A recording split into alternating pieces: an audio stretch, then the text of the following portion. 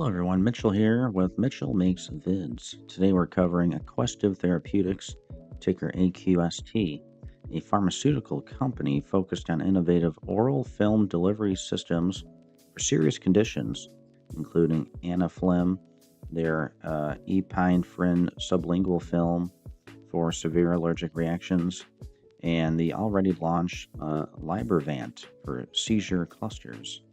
Breaking news this morning. Aquestive disclosed that the FDA has identified deficiencies in the new drug application for anafilm. The company emphasized that the review remains ongoing with no final decision yet, and the PDUFA or PDUFA target date is still January 31, 2026. Shares are reacting sharply, down approximately 48% in pre-market trading on the update.